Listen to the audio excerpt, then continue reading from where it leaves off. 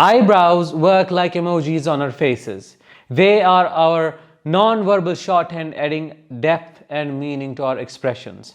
They help us express emotions like shock by arching high on our foreheads, confusion by pulling together and furrowing, irritation by slanting downwards, and so much more.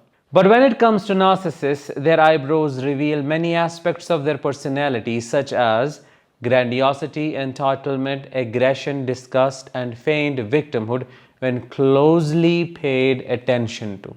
Surprisingly, research done at the University of Toronto has shown a direct link between a person's eyebrows and their grandiose narcissism. Let's talk more about this interesting aspect of narcissism in today's episode.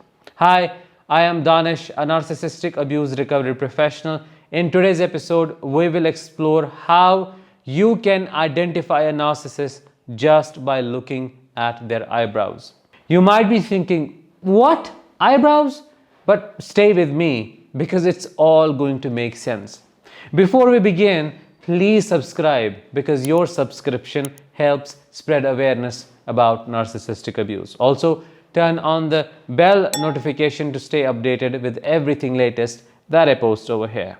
In the study I mentioned earlier, participants were shown photographs of individuals and were asked to rate them for narcissism based solely on their appearance. Participants consistently rated individuals with distinctive, well-groomed and dense eyebrows as more likely to be narcissistic. When researchers photoshopped the eyebrows of narcissists onto the faces of non-narcissists, participants again identified these faces as narcissists. Researchers concluded that eyebrows are a significant factor in facial recognition and play a crucial role in identifying narcissistic personalities. But in my opinion, more investigation should have happened and more questions should have been asked. Like, what else are you looking at when pointing out a person's narcissism by looking at their eyebrows? Saying that someone is a narcissist just based on the thinness, or level of grooming of their eyebrows is oversimplifying a complex psychological construct. I have personally used this test of looking at a person's eyebrows to detect narcissism, especially grandiose type. But it's not just the eyebrows alone that I look at. Eyes and other facial muscles, along with how the person expresses themselves, matter too. The combined facial cues you can get from how a person moves and places their eyebrows alongside what is happening in their eyes can tell you a lot about their narcissism. In grandiose narcissists, for example, you will see a lot of eyebrow raising and belittling looks with a subtle smirk on their face.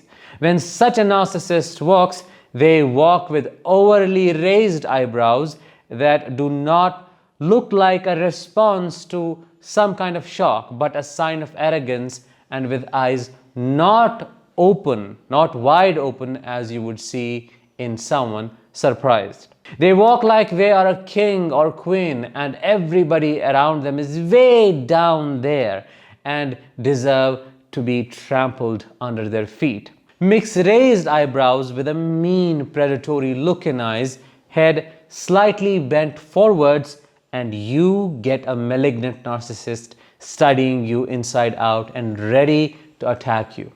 The same raised eyebrows appear condescending when the narcissist looks elsewhere when you're talking with them, and they stonewall you by removing you from their visual field. Have you experienced or observed any of this? Let me know in the comments.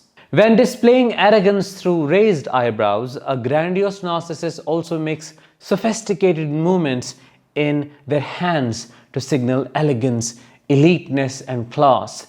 They chew in a certain manner, in a certain way when putting up this show that complements their eyebrows and makes them look better than the crowd. Now, be careful not to dissect and separate these elements from each other, because if you do so, you will get confused. You have to look at the bigger picture, not only one aspect of it, to better understand what you're dealing with and who the person is. Then you have one raised eyebrow with eyes giving you a side look and a smirk on the face, as if telling, "You're such a fool for believing me," or "You don't know what you have signed up for."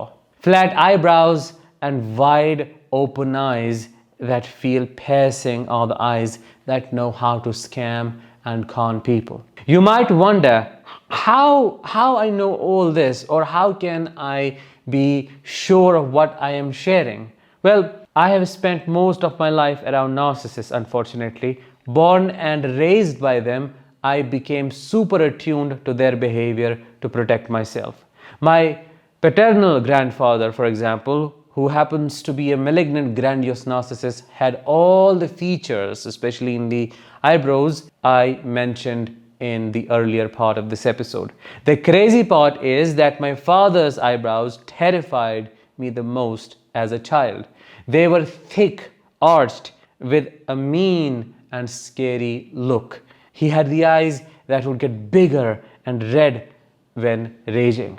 In covert narcissists, you won't be able to get a lot of information through their eyebrows. As the description says, they are wolves in sheep's clothing, which is why they can appear to be the most pleasant, kind, and compassionate when playing their game. However, there is one sign that can help you recognize if you're dealing with a covert narcissist, and that is the sad look in the eyes with sideways dropped and raised that makes them look like a martyr. More like when someone is in pain or very sad. You might ask, how can I know if someone is genuinely sad or a covert narcissist trying to extract supply? Well, the answer lies in the hidden entitlement and grandiosity that makes them suck in all the attention and make everyone cry for them. They disrupt every conversation by intervening and making the situation about themselves through their victimhood, and show no respect whatsoever for your experiences.